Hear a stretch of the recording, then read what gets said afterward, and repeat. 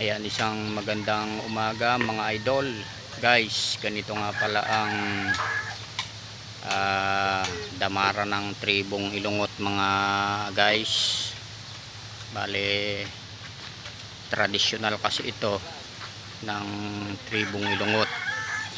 Halos 2 linggo ito ginagawa kasi nangunguha pa ng mahigit sa 50 kabuo ng kawayan at iba pa mga guys, yung mga kahoy katulad nito, puro galing sa gubat tong mga ginagawang to.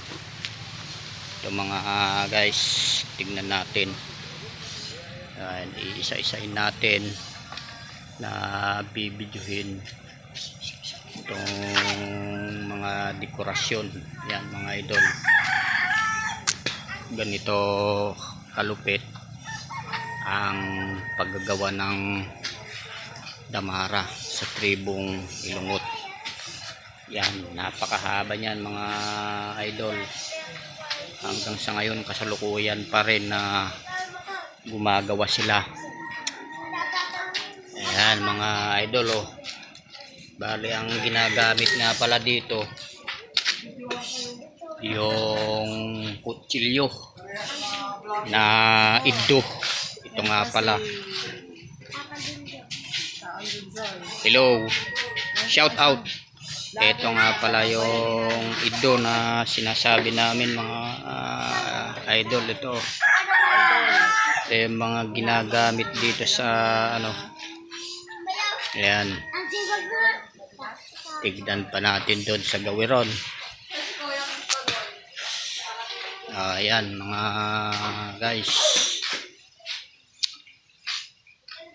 pang ilang araw na to, magdadalawang linggo na kasi Friday, Saturday ang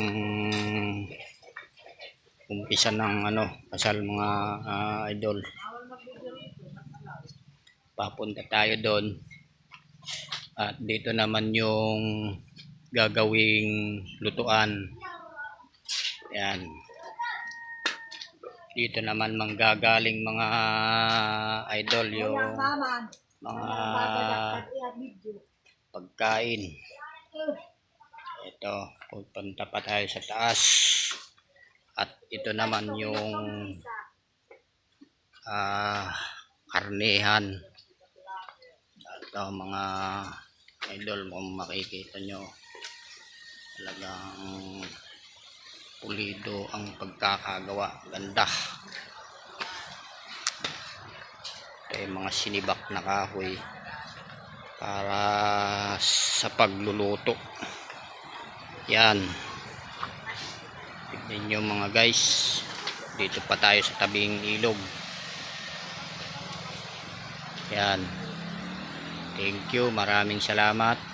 Kung inyong nagustuhan, comment down below sa section at paki-subscribe na rin po kung inyong nagustuhan ang aking video.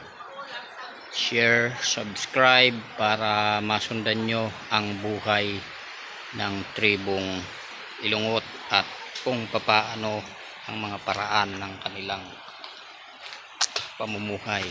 Yan, maraming salamat. God bless.